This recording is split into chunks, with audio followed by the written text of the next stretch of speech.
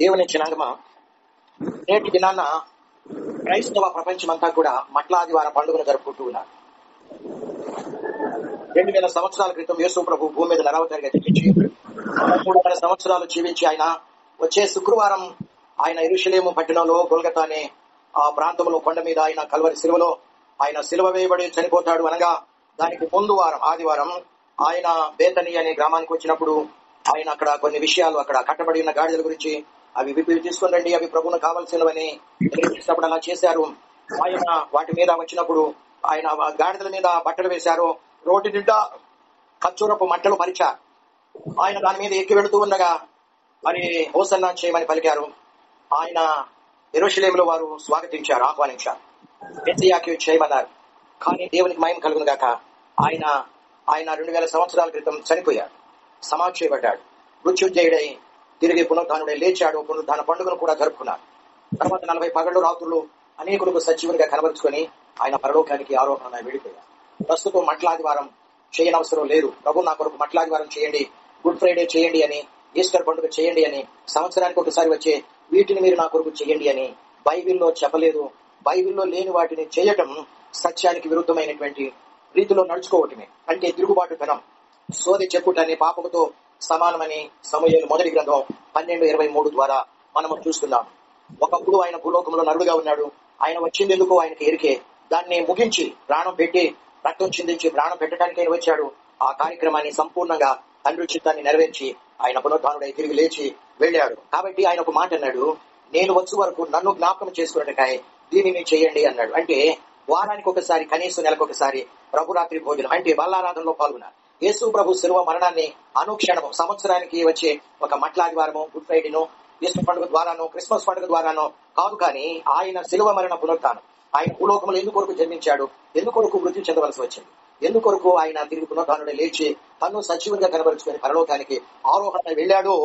ఆయన రెండవసారి రాబోతున్నాడు. మనము రాకడ పండుగలు, రెండవ రహస్య రాకడ పండుగలు చేసుకునే దినాల్లో ఉంటూ ఉన్నామే, కానీ మట్లాదివారం చేసుకునే దినాలు కావు. ఆయన ఒకసారి వచ్చి ప్రాణం పెట్టి వెళ్ళాడు, దాన్ని మనం విశ్వసించాము. ఆయన తన పరిశుద్ధ రక్తం చేత పాపపు మురికంతా కడిగివేశాడు. మనము ఆధ్యాత్మికమైన ఆత్మీయ యాత్రలో, ప్రయాణంలో ఉన్నాం, మార్గమధ్యంలో ఉన్నాము మనము. కాబట్టి గమ్యానికి ఎలా చేరుకోవాలి అనే దాని మీదనే దృష్టి సారించాలి, కానీ లోకం పోకడా, నామకార్థ క్రైస్తవ లోకం ప్రకారం మనం ఎంత మాత్రము కూడా జీవించకూడదు అనేది దాదాపుగా 99% మంది క్రైస్తవ లోకం ఒకటిలోనే ఉంది. కానీ దేవునికి నచ్చనిది, దేవుడు అసహించుకునే కార్యక్రమాలు ఇవి క్రైస్తవ లోకం అధికంగా చేస్తూ ఉంది. మనం ఆ గుంపులో పడి కొట్టుకుని పోకుండా, వచ్చే శుక్రవారం గుడ్ ఫ్రైడే ప్రార్థన లేకుండా, వచ్చే ఆదివారం ఈస్టర్ పండుగలు లేకుండా, మనము ప్రతిరోజు ఆయన శిలువ మరణాన్ని జ్ఞాపకం చేసుకుంటూ, మనము రక్షణ పండుగలు చేసుకుంటూ, పాపులమైన మనం నశించి నరకంలో కాలవలసిన మనలను ప్రభు ప్రేమించి వెనక్కి పట్టుకుని పరిశుద్ధ రక్తం చేత మనల్ని కడిగి పరిశుద్ధులుగా, నీతిమంతులుగా తీర్చిదిద్ది పరిశుద్ధాత్మను, పరిశుద్ధ గ్రంథాన్ని మనకిచ్చి వెళ్ళాడు. వాటిని ఆధారం చేసుకుని మిగిలిన యాత్ర ఏ రీతిగా పూర్తి చేయాలి అన్న దాని మీదే మనము ధ్యాస ఉంచాలి తప్ప లోక పోకడలతో మనం కలిసిపోకూడదు. బైబిల్ ఒక మాట వ్రాయబడి ఉందండి, పరుగు పంద్యాల్లో ఆసియా ఖండమో లేకుంటే కొన్ని ఏదో గేమ్స్ ఉంటాయి, ఒలింపిక్ గేమ్స్, వాటిల్లో పరుగు పంద్యాలు కూడా ఉంటాయి. అన్ని దేశాల వాళ్ళు, దాదాపుగా కొన్ని దేశాల వాళ్ళు పాల్గొంటూ ఉంటారు. ఒక్కొక్కరికి ఒక్కొక్క లైన్ పరిధిలో పరిగెత్తాలి అనేది ఒక నియమం అనేది ఉంటుంది. నియమం ప్రకారమే వారు పరిగెత్తాలి. కానీ వారు పరిగెత్తుతూనే ఉన్నారు, కానీ వారి పరిధిలో కాకుండా వారి పరిధిని అతిక్రమించి పక్కవాడి లైన్ లోకి వెళ్లి కనుక పరుగెత్తినట్లయితే వాడు అందరికంటే ముందు వెళ్ళినప్పటికీ కూడాను వాడిని లాగి ఆ గీటు అవతలకి పంపించి వేస్తాడు. కాబట్టి దేవుని బిడ్డలారా, బైబిల్ ఒక మాటను చూడండి, గలతీయులకు రాసిన పత్రిక 2వ అధ్యాయము, మన్నించాలి 5వ అధ్యాయము 7వ వచనములో మీరు బాబుగా పరిగెత్తుచుంటిరి కదండి. ప్రతి దేశంలో ఏం చేస్తుంటారు, వాళ్ళు పరిగెత్తుతూ ఉంటారు, వేగంగా పరిగెత్తినట్టే ఉంటారు. కానీ వాళ్ళు సత్యానికి విధేయులు కాకుండా వాళ్ళు పరిగెత్తుతూ ఉన్నారు. అది పరుగు కానే కాదు, పరుగు కానే కాదు. కాబట్టి పౌలు ఏమంటాడంటే ఆత్మ ద్వారా 9వ వచనంలో, మీరు పులిసిన పిండి కదండి, కొంచెమైనా కానీ మీరు ఇవన్నీ కొరకు నెరవేరుస్తూ ఉంటే ఈ పండుగలు, ఈ ఆచారాలు, ఈ నెలలో తదినాలు, లోకం పోకడా, లోకాచారాలు, ఇవన్నీ కూడా పులిసిన పిండి క్రింద లెక్క వేశాడు ఆయన.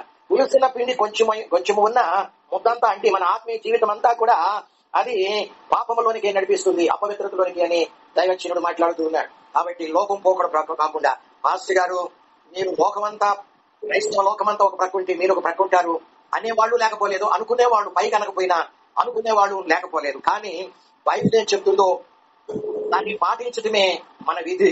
అప్పుడే మనము సరైన పరుగు పరిగెత్తి మనము గమ్యానికి చేరుకొని బహుమతులు మనం అందుకుంటాం. దేవునికి స్తోత్రం.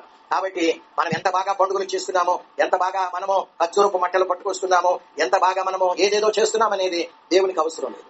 వాక్యము ఉన్నది ఉన్నట్టుగా దేవుని స్తోత్రం. కాబట్టి దేవుని బిడ్డలారా, ఎవరు ఏమి అనుకున్నా కాదనుకున్నా మనము మనుషులను సంతోషపెట్టు వారి వలె కాక, గలతీ పత్రిక 1వ అధ్యాయంలో పౌలు అంటాడు కదండి, నేను మనుషులను సంతోషపెట్టేవాడినైతే, చదవండి ఆ మాట త్వరగా, మనుషులను సంతోషపెట్టువాడినైతే దేవునికి దాసుడను కాకపోయే ఉండును అని. గలతీ 1:10 నేను మనుషుల దయను సంపాదించుకొని చూచుచున్నానా? నేను మనుషులను సంతోషపెట్టుకోవచ్చున్నానా? నేను ఇప్పటికీ మనుషులను సంతోషపెట్టువాడనైతే క్రీస్తు దాసుడను కాకపోయే ఉండును అని ఆయన మాట్లాడుతున్నాడు. లూకాసు వార్తలో యేసు ప్రభు ఒక మాట అంటే ఉంటాడు, దేవునికి మహిమ కలుగును గాక. దేవునికి స్తోత్రం. 16వ అధ్యాయము 15వ వచనంలో మనము చదువుకుంటే, 15వ వచనంలో యేసయ్య అంటున్నాడు, మీరు మనుషుల ఎదుట నీతిమంతులని అనిపించుకున్నవారు కానీ దేవుడు మీ హృదయములు నెరుగును. మనుషులలో ఘనముగా ఎంచబడినది దేవుని దృష్టికి అసహ్యము. కాబట్టి దేవుని చిన్నంగా మనము కడవరి కాలంలో ఉంటున్నాం. మనుషులు ఏమనుకున్నా కానీ మనము దేవుని మాట ప్రకారము జీవించి భయంకరమైన నుండి మనము తప్పించబడి మహిమలో ప్రవేశించుదాం. అట్టి కృప మనందరికీ దయచేయను గాక. చదవండి, కొద్ది సమయం మాత్రమే ఇంకా మనకు ఉంది. కొరింథీయులకు రాసిన మొదటి పత్రిక 10వ అధ్యాయము 5వ వచనం చదవదాం. 5వ వచనం, కొరింథీయులకు రాసిన మొదటి పత్రిక 10వ అధ్యాయము 5వ వచనం. అయితే వారిలో ఎక్కువ మంది దేవునికి ఇష్టలుగా ఉండలేకపోయారు కనుక అరణ్యములో సంహరించబడిరి. 10వ వచనం చదవండి. యోధా పత్రిక 5వ వచనం 3వ లైన్ చదవండి. 5వ వచనం 3వ లైన్లో, ప్రభువు ఐగుప్తులో నుండి ప్రజలను రక్షించినను వారిలో నమ్మకపోయిన వారిని నాశనం మొదట రక్షించాడు, కానీ నమ్మకం లేకపోయిన వారిని తర్వాత నాశనం చేసినవని బైబిల్ గ్రంథం తెలియజేస్తూ ఉంది. వాళ్ళు ఇశ్రాయేలీలు ఎంతో దూరం ఆత్మీయతలో ప్రయాణం చేసి వచ్చారు. కానీ మార్గమధ్యంలోకి వచ్చిన తర్వాత వారు దేవుని మీద సణిగారని బైబిల్ చెప్తుంది. తద్వారా సణిగి ఏం చేశారట? సంహరించబడ్డారు అని కొరింథీ పత్రికలో మనం చదువుకున్నాం. వాళ్ళు సనగటానికి కారణం ఏంటి? ఎవరైనా చెప్తారా అండి? వాళ్ళు సనగటానికి కారణం ఏంటి? యేసుబాబు త్వరగా, సనగటానికి కారణం ఏంటి? ఇశ్రాయేలు పాత నిబంధన విశ్వాసులు అయినటువంటి ఇశ్రాయేలీలు దేవుని మీద సనగటానికి కారణం ఏంటి? వినపట్టలేదు పెద్దగా. వారు వెళ్తున్న పరిస్థితులు, వారు నడుస్తున్న పరిస్థితియా? అంటే వర్షాకాలం జారిపోతున్నారా? కారణం ఏంటి? నేను మీకు వాక్యాలు చదివించాను, వాక్యంలో నుండి మీకు ఆన్సర్ ఉంది. వాళ్ళు ఎంతో దూరం ఆత్మీయతలో ప్రయాణం చేసి వచ్చారు. కానీ అక్కడికి వచ్చేసరికి ఎందుకు వాళ్ళు దేవుని మీద సడుగుతున్నారు? ఆదుగా మాట 5వ వచనం యోధా పత్రికలో మనం చదువుకున్నాం. దేవుని మీద నమ్మకాన్ని కోల్పోయారు కదండి. అదే కదా మనము యోధా పత్రిక 5వ వచనంలో చదువుకున్నాం కదా. నమ్మని వారిని ఆ తర్వాత నశింప చేశాను కదా. వాడు దేవుని మీద సనగటానికి కారణం ఏంటి? నమ్మకం కోల్పోవటమే కదా. ఒకప్పుడు దేవుని మాటలు నమ్మే కదా ఇంత దూరం ప్రయాణం చేసి వచ్చారు. నమ్మకంపై నమ్మకం. ఎందుకంటే వాళ్ళు కళ్ళారా చూస్తున్నారు. అబ్రహాము, ఇస్సాకు, యాకోబుల దేవుడు ఇదిగో వాళ్లకు ప్రమాణం చేశాడు. అబ్రహాముకు పాదము పట్టునంత కూడా భూమి లేనప్పుడు, అబ్రహామా నీవు నిలుచున్నటువంటి ఈ భూభాగాన్ని నీ సంతానానికి 4 తరాల తర్వాత నేను దీన్ని వారికి ఇస్తాను అని ప్రామిస్ చేశాడు దేవుడు. మాట ఇచ్చిన వాడు మాట తప్పువాడు. ఆయన నమ్మదగిన దేవుడు, రూఢిగా నెరవేర్చుటకు సమర్థుడు. అలాంటి దేవుడు అబ్రహాముకు మాత్రమే కాదు, ఆయన కుమారుడైనటువంటి ఇస్సాకు కూడా వాగ్దానం చేశాడు. ఇస్సాకు మాత్రమే కాదు, అబ్రహాము మనవడైనటువంటి ఇస్సాకు కుమారుడైన యాకోబు కూడా దేవుడు ప్రమాణం చేశాడు. అటువంటి మాటలు దైవజనుడు మోషే ఆనాడు ఐగుప్తులో మూలుగుతూ ఉన్నాను ఉండగా, పాపములో, వెట్టి చాకిరిలో, శాపాల్లో పడి కొట్టుమిట్లాడుతూ మూలుగుతూ ఉన్నటువంటి దేవుని ప్రజలైన ఇశ్రాయేలు జనాంగంతో ఈ మాటలు చెప్పినప్పుడు వారు దేవుని యందు విశ్వాసం ఉంచారు, దేవుని మాటల మీద నమ్మకం ఉంచారు. వాళ్ళు దైవజనుడు చెప్పినట్లుగా వారు చేసి పస్కా బలి పశువు క్రింద నుండి విమోచన విడుదల పొందారు. బయటకు వచ్చారు, కళ్ళారా చూస్తున్నారు ఎర్ర సముద్రం పాయలుగా చేరటం, ఆరిన నేలగా ఉండటం, రెండు మంచు గడ్డల వలె ఇరు ప్రక్కల నిలబడి ఉండటం, ఆరిన సముద్ర మధ్యలో గుండా నడవటం, ఇవన్నీ కూడా కళ్ళారా చూస్తుంటే వాళ్ళ విశ్వాసం ఏమవుతుంది? అంచెలంచెలుగా అభివృద్ధి చెందుతా ఉంది. విశ్వాసంలో వృద్ధి చెందుతూ ఉన్నారు, దేవుని మీద నమ్మకం పెరుగుతూ ఉంది. తీరా ఆ హోరేబు కొండ దగ్గరకు వచ్చేసరికి ఈ విశ్వాసము ద్వారా వచ్చిన బలం మాత్రమే కాదు, హోరేబు కొండ దగ్గర పరిశుద్ధాత్మ ఊటను త్రాగారు కదండి. అయినను పరిశుద్ధాత్మ మీ మీదకి వచ్చినప్పుడు మీరు ఏం పొందుకుంటారు? శక్తి పొందుకుంటారు, బలం పొందుకుంటారని యేసయ్య అపోస్తుల కార్యం 1:8 తెలియజేశాడు. పరలోకానికి ఆరోహణమై వెళ్లే ముందు ఆయనను పరిశుద్ధాత్మ మీ మీదకి వచ్చినప్పుడు మీరు బలం పొందుకుంటారు, శక్తి పొందు. విశ్వాసం ద్వారా వస్తున్నటువంటి బలంపై బలం మాత్రమే కాదు, వీళ్ళు ఆత్మ ద్వారా కూడా బలం పొందుకున్నారు. బలం పొందుకొని ఈ బలం ద్వారా రెఫీడియము పర్వతం దగ్గర ఇదిగో అమాలేకీయులు ఎదురొచ్చినప్పుడు ఏం చేశారు? శరీరరక్షలను జయించారు. జయంపై జయం పొందుతూ ఆత్మీయతలో ముందుకు సాగుతూ ఉన్నారు. వాటిని తిందామంటే ఆహారం లేదు. ఆకాశం తట్టు విశ్వాసంతో చూస్తే దేవుడు దేవదూతల ఆహారాన్ని కురిపించి వాళ్ళను పోషించాడు. తాగడానికి నీళ్లు లేవు, కానీ వారు బండ వైపు చూశారు విశ్వాసంతో. దేవుడు బండలో నుండి ఏం చేశాడు? ఆ నీటి ఓటలను ఇచ్చాడు. వాటితో దప్పిక తెచ్చుకున్నారు. దేవునికి స్తోత్రాలు. ఇన్ని విధాల ఆత్మీయతలో బలంపై బలం పొందుకున్నటువంటి ఈ విశ్వాసులు తీరా ఒకానొక సందర్భం వచ్చేసరికి వాళ్ళు ఏం కోల్పోయారట? విశ్వాసాన్ని కోల్పోయారు. కారణం ఏంటి చెప్పగలరా? త్వరగా కారణం ఏంటి అంటే 10 మంది చెప్పిన మాటలు వీళ్ళలో ఉన్నటువంటి దేవుని మీద విశ్వాసాన్ని కోల్పోయేటట్టు చేశాయి కదండి. ఆ 10 మంది ఏదైతే కళ్ళారా చూశారో, ఆ 10 మంది చూసిన దాన్ని దేని బట్టి ఇది నమ్మారు. ఆ చూసిన దాన్ని బట్టి నమ్మిన దాన్ని బట్టి ఆ మాటలే ఇక్కడ తీసుకొచ్చి వీళ్ళ మధ్యలో పలికినప్పుడు చివరికి సంఘమంతట్లో ఉన్న విశ్వాసం భ్రష్టులుగా మార్చబడ్డారు. ఇదే కదా బైబిల్ చెప్తుంది. గత వారం మనం చదువుకున్నాం ఎబ్రీ పత్రిక 3:12 ఏమని మనం చదువుకున్నాము? జీవము గల దేవుణ్ణి విడిచిపోవునట్టి విశ్వాసము లేని దుష్ట హృదయం మీలో ఒకవేళ ఎవరి ఎందైనా, అంటే దుష్ట హృదయం ఎలా వస్తుంది? దేవుని మీద ఇంతకాలం ఉన్నటువంటి విశ్వాసం ఎవరైతే కోల్పోతూ ఉంటారో వాళ్ళలో విశ్వాసం లేని హృదయమే దుష్ట హృదయము అని. ఆ దుష్ట హృదయం ఏం చేస్తుందంటే విశ్వాసం దేవుని మీద లేనప్పుడు చివరికి జీవం కలిగిన దేవుణ్ణే విడిచిపెట్టి దూరంగా లోకంలో పాపంలో కలిసిపోతా ఉంటారట. చాలా బాధాకరం. ఇటువంటి వాళ్ళు ఈనాడు ఒకప్పుడు నేను అది చేశానండి మాస్టర్ గారు, నేను అలా చేశానండి, విశ్వాసం ద్వారా నా ప్రార్థనకి ఇట్లా జవాబు వచ్చేదండి అని చాలా గొప్పలు చెప్తా ఉంటారు. మంచిదే, చాలా సంతోషం. ఒకనొక సందర్భంలో రక్షణ పొందిన ప్రారంభంలో బలమైనటువంటి ఆత్మ కార్యాలు, దైవ కార్యాల్లో వాళ్ళ విశ్వాసం ద్వారా, వాళ్ళ ప్రార్థన ద్వారా, వాళ్ళ పరిశుద్ధత ద్వారా వాళ్ళ జీవితంలో వాళ్ళు పొందుకొని అనుభవించారు. కానీ ప్రస్తుతం అది కనపడుతుందా అంటే అది ప్రశ్నార్థకంగానే మిగిలిపోతున్నట్లు మనము చూస్తా ఉంటూ ఉన్నాం. దేవుని బిడ్డలారా, ఒక సత్యాన్ని పదే ఆత్మ దేవుడు మనతో నొక్కి మాట్లాడుతూ ఉన్నాడు. వీళ్ళు ఎంత బలమైనటువంటి విశ్వాసులండి, సీనియర్ మోస్ట్ విశ్వాసులండి. వీళ్ళు దాదాపుగా చాలా వరకు వాళ్ళు ఆత్మీయతలో ప్రయాణం చేసి ఆత్మీయతలో ఎన్నో అనుభవాలు గుండా వాళ్ళు నడుచుకుంటూ ప్రయాణం చేస్తూ వస్తున్నారు. అటువంటి బలమైన విశ్వాసుల యొక్క విశ్వాసాన్ని వీళ్ళు కోల్పోవడానికి కారణం ఏంటి? ఆ శక్తి, వీళ్ళలో ఉన్న బలమైన విశ్వాసాన్ని లాగివేయగల శక్తి ఏంటి అంటే ఆ 10 మంది మాటలు. ఆ 10 మంది దేన్నైతే చూచారో, దేన్నైతే నమ్మారో ఆ సందర్భాన్ని తీసుకొచ్చి 6 లక్షల మంది మీద రుద్దారు బలవంతాన కదండి. ఈనాడు ప్రపంచమంతా కూడా క్రైస్తవ సంఘాలు భ్రష్టత్వంలోకి మగ్గిపోవటానికి కారణం ఏంటి అంటే సేవకులే. ఆ 10 మంది ఏదైతే చూస్తున్నారో, నమ్ముతున్నారో దాన్నే తీసుకొచ్చి చెప్తున్నారో చివరికి వీళ్ళంతా కూడా విశ్వాసాన్ని కోల్పోయారు కదండి. ఈనాడు దైవ సేవకులు పరిశుద్ధ గ్రంథాన్ని విడిచిపెట్టి పరిశుద్ధ గ్రంథానికి విరుద్ధంగా వాళ్ళు ఏదేదో నమ్ముతున్నారో, ఏదైతే నమ్ముతున్నారో దాన్నే తీసుకొచ్చి సంఘాల మీద రుద్దుతుంటే సంఘాలు విశ్వాసంలో ఖాళీ అయిపోతున్నాయి, భ్రష్టత్వంలోనికి మగ్గిపోతూ ఉన్నాయి. ఆత్మదేవుడు కన్నీరు కావిస్తున్నాడు. దుష్టుడు ఆయన అపవాది యొక్క వాడు ఆయుధం ఏంటి అంటే దేవుని మీద ఉన్నటువంటి విశ్వాసము వారిలో నుండి తొలగించడమే. ఇది ఇప్పుడు ప్రారంభమైంది కాదండి, ఇది అనాదిగా ఆది దంపతుల్లోనే వాడు అవిశ్వాసము, సందేహం అనే బీజాన్ని వాడు నాటాడు, విత్తనాన్ని నాటాడు.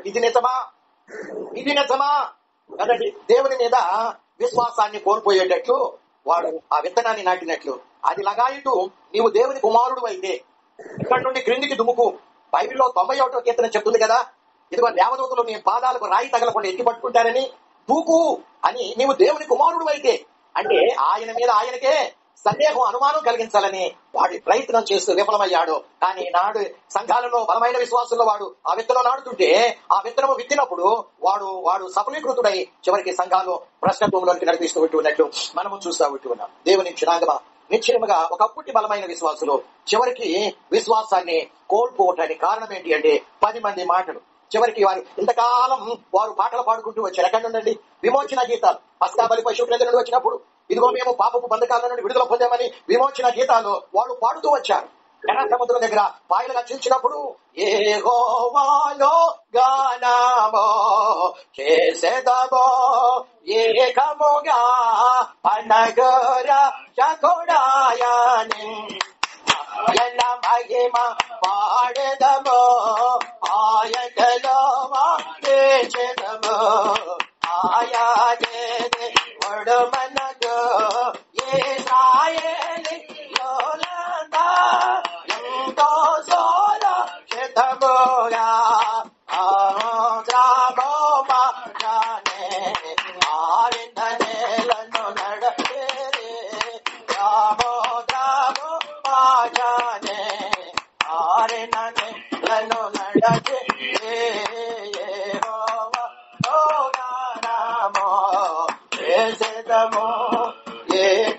వాళ్ళంతా ఏం చేస్తా వచ్చారండి? ఏం చేస్తా వచ్చారు? విమోచన గీతాలు పాడారు. ఎర్ర సముద్రం దాటినప్పుడు కదండి వాడు పాటలు పాడుకుంటూ ఇదిగో పురుషుల టీం ఒక పైపు అయితే స్త్రీల టీం వైర్ లీడర్ గా ఇదిగో మోషేక మిరియాము కూడా ఆమె గాన ప్రతిగానాలు చేస్తూ మరి దేవుడిని ఎంతగానో స్తుతించి కదండి విమోచన పండుగలు చేసుకున్నారు. రక్షణ కార్యాలు పండుగలు చేసుకున్నారు. ఇవన్నీ ఏమైపోయినట్టు? వాడు పాడిన పాటలు ఏమయ్యాయి? వాడు వాయించిన వాయిద్యాలు ఏమైపోయాయి? వాడు వేసిన దశభాగాలు ఏమైపోయాయి? వాడు వేసిన కానుకలన్నీ ఏమైపోయాయి? వాడు పెట్టిన మొరలన్నీ ఏమైపోయాయి? వాళ్ళు అటెండ్ అయినటువంటి శనివార ప్రార్థనా కూటాలు, ఆదివార ఆరాధనలను ఇంతకాలం చేసిన ఆ సమస్తము కూడా ఏమైపోయాయి? ఒకే ఒక్క మాట వాళ్ళ చెవుల్లో నుండి దూరి హృదయంలోకి వెళ్లి క్రియారూపం దాల్చి విశ్వాస భ్రష్టులుగా మారిపోయేటట్టు చేశారు. ఏంటి ఆ మాట? వాళ్ళు 60 అడుగుల ఎత్తు కలిగిన వారు, మనం మిడతల వల్లే ఉన్నాము, మనల్ని వాళ్ళు కత్తివాత చేత నాశనం చేస్తారు అన్న ఒక మాట వీళ్ళని విశ్వాసపు భ్రష్టులుగా అయ్యేటట్లు చేసినట్లు మనము చూస్తా ఉన్నాం. ఒక్క ముక్క చాలండి, ఒక్క ముక్క చాలు మనలో ఉన్న విశ్వాసం అంతా ఒక్కసారి కోల్పోవడానికి కారణమవుతుంది కదా. ఒక్క ముక్క చాలు. ఇదిగో ఇందాక మనం చదువుకున్న గలతీ పత్రిక 5:9 పులిసిన పిండి కొంచెమైనను అంతా ఏం చేస్తుందట? బాగు చేస్తుందట. చిన్న పెరుగు ఇంత ఒక 1 స్పూన్ వేస్తారు, పాలలో తోడేస్తారు. అది మొత్తం పాలంతటిని పొలయబెట్టి పొద్దున కల్లా ఏం చేస్తుంది? పాలు కాస్త పెరుగుగా 200 మంది కొండికకు సాంబార్ వండితే చిన్న విషపు చుక్క మొత్తం నాశనం చేస్తుంది. ఈనాటి బోధలు ఆనాటి 10 మంది బోధే కాదు, ఆనాటి అపవాది బోధ అవ్వమను నాశనం చేసినట్టు, అవ్వ ద్వారా సమస్త మానవ జాతిని నాశనం చేసినట్టు ఈనాటి బోధలు కూడా ఆ రీతిగానే ఉంటూ ఉన్నాయి. మనల్ని మనము జాగ్రత్తగా పరిశుద్ధ గ్రంథం చదవటం ద్వారా మనము సత్యమేంటో అసత్యమేంటో కాపాడుకోగలగలం. దేవా నీ మాట ద్వారా నన్ను నేను ఏం చేసుకుంటాను? భద్రపరుచుకుంటానని 17వ కీర్తనలో దావీదు మాట్లాడుతూ ఉన్నాడు. మనల్ని దేని చేత భద్రపరుచుకోగలం?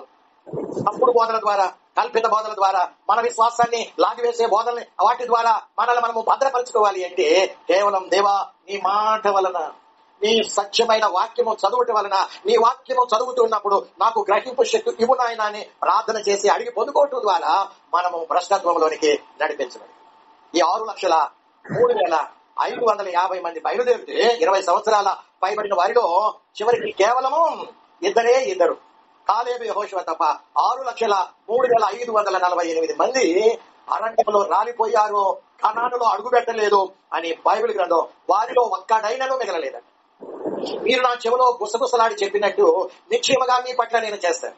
సడుగుడు ప్రారంభమై ఆ మాటలు ఎప్పుడైతే విన్నారో విశ్వాసాన్ని కోల్పోయి దేవుని మీద సడగటం ప్రారంభించారు. మాకు ఐగుప్తులో సమాధులు లేవనా?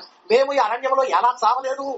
మీరు అన్నారు కదా, నీ నోట్ల నుండి వచ్చిన మాట నేను నిశ్చయముగా మీ ఎడల చేస్తాను. 40 ఏళ్లు మీరు అరణ్యంలో తిరుగులాడ చేసి మీరు అరణ్యంలోనే నాశనమైపోయేటట్టు చేసిన తర్వాత నేను మీరందరూ ఒక్కడు కూడా మిగలకుండా అందరూ అరణ్యంలోనే రాలిపోయేదాకా నేను మిమ్మల్ని తిరుగులాడ చేస్తాను అని చెప్పినటువంటి దేవుడు వారు చేసినటువంటి ఆ తల్లిదండ్రులు చేసిన వ్యభిచార శిక్షను ఇప్పుడు వాళ్ళ పిల్లలు భరిస్తున్నారని దేవుడు వాపోతూ ఉన్నాడు. తల్లిదండ్రులు పాపము చేస్తే ఆ వ్యభిచార శిక్షను ఇప్పుడు ఎవరు మోస్తున్నారటండి?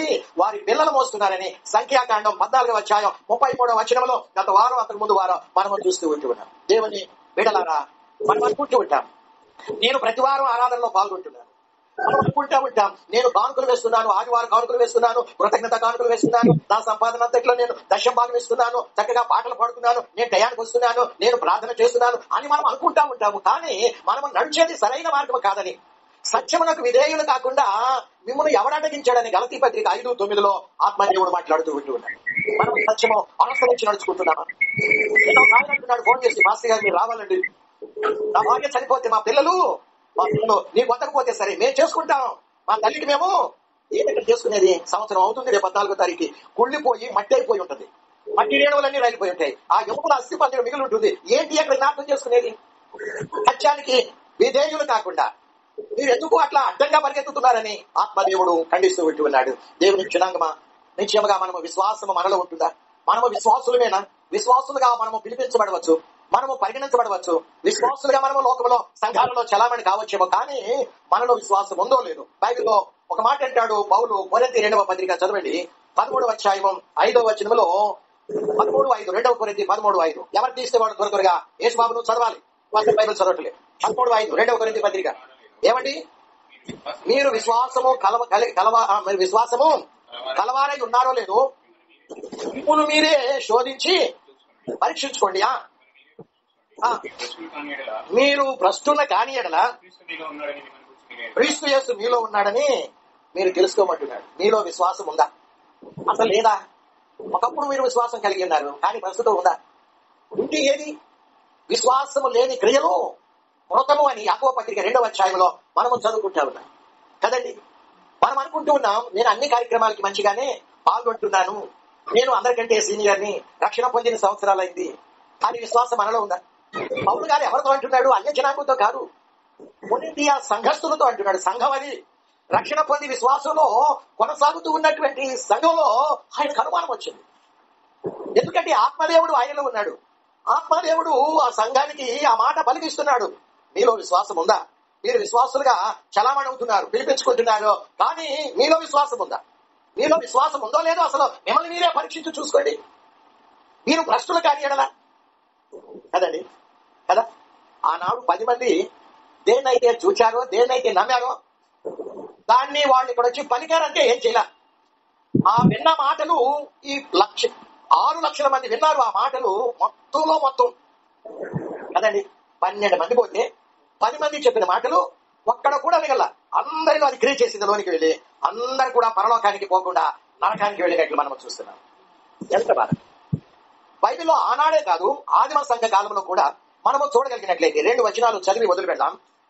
తిమోతికి వ్రాసిన 2వ పత్రిక, తిమోతికి వ్రాసిన, సమయం అయిపోయింది, మనం చదివి వదిలి వెళ్దాం. తిమోతికి వ్రాసిన 2వ పత్రిక 2వ అధ్యాయము 14వ వచనము, 16, 17, 18 వచన. 14వ వచనం నుండి 14వ వచనం, 15వ వచనం వద్దు 16. వినువారిని 6 లక్షల మంది వింటారుంటే 10 మంది వచ్చి బోధ చేస్తామంటే ఆ 10 మంది బోధ 6 లక్షల మంది కాల్వనాన్ని, వాళ్ళ విశ్వాసాన్ని చెరిపేసింది కదండి. ఏం చేసిందంట? ఏం చేసింది? దీన్ని ముయ్యకుండా సంఖ్యాకాండం 13వ అధ్యాయం, సరే మనకు తెలిసిందే, సమయం లేదు, చట్ట సమాచారం అని ఆత్మదేవుడు అక్కడ లిఖించి పెట్టాడు బైబిల్ గ్రంథంలో. ఆ 10 మంది ఏం చెప్పారంటే ఇక్కడ 6 లక్షల మందికి చెడ్డ సమాచారం చెప్పారు, మంచి సమాచారం కాదు కదండి, చెడ్డ సమాచారం. ఈనాడు చెడ్డ సమాచారం చెప్తూ ఉంటే చాలా మంది ఏం చేస్తా ఉన్నారు? దాన్నే నమ్ముతున్నారు, సత్యాన్ని నమ్మటల్లా. ఆత్మదేవుడు తిమోతి 1వ పత్రిక 4వ అధ్యాయంలో సత్యమునకు విధేయులు కారంట. ఈ కాలంలో కల్పన కథల వైపే లోకం అంతా సంఘాలు. చాలా మంది అనుకుంటే ఉంటారు, అబ్బా వాడు ఎంత బాగా చెప్పకపోతే ఆ పాస్టర్ గారి దగ్గరికి అన్ని లక్షల మంది వెళ్తారండి. ఇది పొట్టు 6,03,548 మంది పొట్టు నాశనానికి పోయే గుంపు. కేవలం 2 గట్టి గింజలుగా మిగిలారు, కాలేబు యెహోషువ మాత్రమే. చాలా మంది ఇక్కడ కూడా పొరపడుతున్నారు. ఆయన ఎంత గొప్ప పాస్టర్ గారు కాకపోతే, ఆయన బోధన ఎంత బాగా లేకపోతే, నిజంగా ఎంత మంది అక్కడికి వెళ్తారంటే వాడి పని అది. వాడి పని ఏంటి అంటే ఒక పాస్టర్ గారిలో క్రియ చేస్తే వాళ్ళ బోధన ద్వారా వీళ్ళందరినీ కూడా నాశనానికి, నా కొరకు కదా, నాలో పాపం ఉందనే కదా నరకం సిద్ధపరిచింది, అపవాదికిని దాని దోతలకును సిద్ధపరిచిన ఈ నిత్య నరకాగ్ని గుండానికి మీరును నాలో ఉండబట్టే కదా. కాబట్టి ఆయన పిల్లల్లో కూడా నేను విశ్వాసాన్ని తొలగించి వాళ్ళను భ్రష్టులుగా చేసి నా వెంట ఈడ్చుకొని పోతా నరకానికి అని వాడు ప్రతిజ్ఞ చేశాడు. వాడు ప్రతిజ్ఞ చేసిన దాన్ని వాడు నిద్రాహారాలు మారివేసి ఆవురావురం అనుకుంటా వాడు సంచారం చేస్తూ ఉన్నాడు. దేవుని బిడ్డలారా, ఈ సత్యాన్ని మనము మరవకూడదు అని బైబిల్ గ్రంథం తెలియజేస్తుంది. ఇక్కడ ఏమని ఉందండి? తిమోతికి రాసిన 2వ పత్రిక 2వ అధ్యాయం 14వ వచనంలో, వినేవారిని చెరుపొట్టుకే కానీ మరి దేనికి పనికిరాని మాటల్ని గూర్చి వారం పెట్టుకోవద్దని ప్రభు ఎదుట వారికి సాక్ష్యం ఇచ్చుతూ ఈ సంగతిలో తెలియజేస్తున్నారు కదండి. ఎక్కడ సత్యం ఉంటుందో అక్కడ బహు కొద్ది మందే వెళ్తా ఉంటారు. చివరి దినాలలో దేవుని బిడ్డలారా, మనల్ని మనం కాపాడుకోవాలి అంటే మనము పరిశుద్ధ గ్రంథాన్ని ఎక్కువగా చదవాలి. బెరయా సంఘస్థులు తెస్సలోనికి ఆ సంఘస్థులకంటే మరి కనులయ్యి అంట. ఎందుకు? పౌలు శీలలో చెప్పే వాటిని అలా ఉన్నవో లేవో వాళ్ళు లేఖనాలు పరీక్షిస్తూ వచ్చారని రాయబడి ఉంది. ఇక్కడ మనం చదువుకుంటే ఇక్కడ వినేవాడిని ఇక్కడ చెరుపుతున్నారు ఈ సంఘంలో కొంతమంది. తిమోతి 2వ పత్రిక 2వ అధ్యాయము 16వ వచనంలో ఈ సంఘస్థులను వింటూ ఉంటే చెరుపుతూ ఉన్నారు. ఏంటి ఆ మాటలు? 16వ వచనంలో అపవిత్రమైనటువంటి మాటలు, వట్టి మాటలు, వాటికి విరోధంగా ఉండు తిమోతి, అట్టి మాటలాడు వారు మరి ఎక్కువగా భక్తిలో కొరుకుడు పుండు ప్రాకినట్టు వారి మాటలు ప్రాకును. వారిలో ఎవరున్నారట? ఉమనయ్యును ఫిలేతును ఉన్నారు. వాళ్ళ మాటలు ఎలా ఉన్నాయి? సంఘంలో చొచ్చుకొని వచ్చి వారు పునరుద్ధానం గతించిందని చెప్తూ సత్య విషయంలో వాళ్ళు తప్పిపోయి కొందరు విశ్వాసాన్ని చెబుతున్నారట. చాలా బాధాకరం కదండి. ఒకప్పుడు వీళ్ళు హుమనయ్యు ఫిలేతు అనేవాడు చాలా బలమైనటువంటి విశ్వాసం, పవర్ఫుల్ బిలీవర్స్ అనమాట. కానీ వాళ్ళలో అపవాది విత్తనం నాటాడు. ఆ బీజం మనకెత్తి వటవృక్షంగా మంచి వారు దేనైతే నమ్ముతున్నారో చివరికి ఈ సంఘంలో చొచ్చుకుని వచ్చి వాడు అదే బాధ చేయడం ప్రారంభించారు. పునరుద్ధానము గతించింది. కామోపియో చచ్చిన వాడు తిరిగి లేపబడరు. పరలోకం లేదు, నరకం లేదు. కాబట్టి ఉన్న ఆస్తిపాస్తులన్నీ ప్రక్కవాడు దోచుకుని పోకుండా ఉన్నదంతా రాత్రి పగలు నిద్రాహారాలు మానేసి కొట్టుకొని తినండి అని ఇటువంటి బోధ మొదలైపోయింది కదండి. అది డిఫరెంట్ బోధ. మళ్ళా డైవర్ట్ అవుతుంది. అది 1 కొరింథీ 15 వెళ్ళవలసి వస్తుంది. బైబిల్ గ్రంథం అపోస్తుల కార్య గ్రంథం అంతా యేసు లేచాడు. అపోస్తులుడు బోధ అంతా ఏంటి చెప్పండి? యేసు లేచాడు. లేచిన పునరుద్ధానుడైన యేసుని అపోస్తులుడు చూపిస్తూ ఉన్నారు. అయినా మీరు సిలువ వేసి చెప్పారు. ఆయన మీ పాపాల కొరకు మరణించాడు. ఆయన లోకానికి వచ్చిన మీ పాపాల కొరకు మరణించడానికి. కానీ సత్యాన్ని ఎరగలేదు మీరు. కాబట్టి ఆయన మీ రక్షకుడు. ఆయన చనిపోయి సమాజంలో లేడు, తిరిగి లేచాడు. క్రీస్తునందు విశ్వాసం వచ్చి ఎవడైనా చనిపోయినట్లయితే వాడు కూడా తిరిగి పునరుద్ధానుడిగా లేపబడతాడు. వాడికి మరణం ఇక ఉండదు, శాశ్వత రాజ్యంలో ఉంటాడు అనే బోధన చేసినప్పుడు 3,000 మంది రక్షించబడ్డారు, 5,000 మంది రక్షించబడ్డారు. కదండి. సంఘం ఆనాటి సంఘంలో విస్తరిస్తా ఉంది సంఖ్యాపరంగా. కాబట్టి నిశ్చయముగా అటువంటి విస్తరిస్తున్న సంఘాలలో ఈ హుమనయ్యు ఫిలేతు చొరబడి వాళ్ళు దేన్నైతే నమ్మారో పునరుద్ధానం లేదని ఆ మాటలు తెచ్చి వినేవాడిని చెరుపుతూ ఉంటే సంఘాలు ఖాళీ అయిపోతా ఉన్నాయి, భ్రష్టులుగా మారిపోతూ ఉన్నారు. అందుకే ఆత్మదేవుడు పౌలు ద్వారా ఆ యొక్క సంఘానికి లేఖ రాస్తూ తిమోతికి లేఖ రాస్తూ, తిమోతి నీకు అప్పగించిన సంఘ విషయంలో ఇటువంటి బోధనలు బయలుదేరాయి, జాగ్రత్తగా సంఘాన్ని కాపాడవలసిన బాధ్యత, చుట్టూ ప్రార్థన ఖర్చువేయి అని చెప్పి ఆయన హెచ్చరిస్తూ ఉంటూ ఉన్నాడు. కాబట్టి నిశ్చయముగా కడవరి కాలంలో ఉంటున్నటువంటి మనల్ని మనం దేవుని వాక్యం ద్వారా కాపాడుకుందాం. తలలు వంచండి, ప్రార్థనలో గడుపుదాం.